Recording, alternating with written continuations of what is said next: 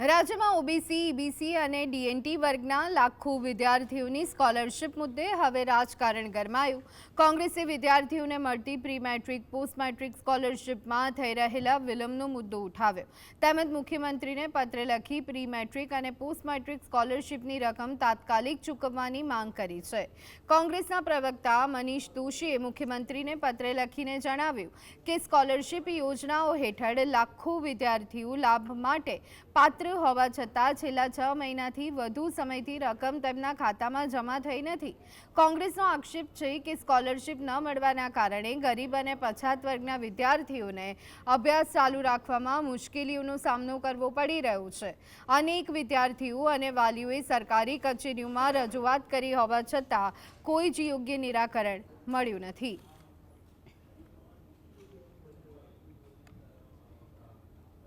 અધિકારીઓને કચેરીમાં પૂછવા જાય તો તેઓ ટેકનિકલ બહાનું કાઢે છે અથવા તો ગ્રાન્ટના અભાવની વાત કરે છે।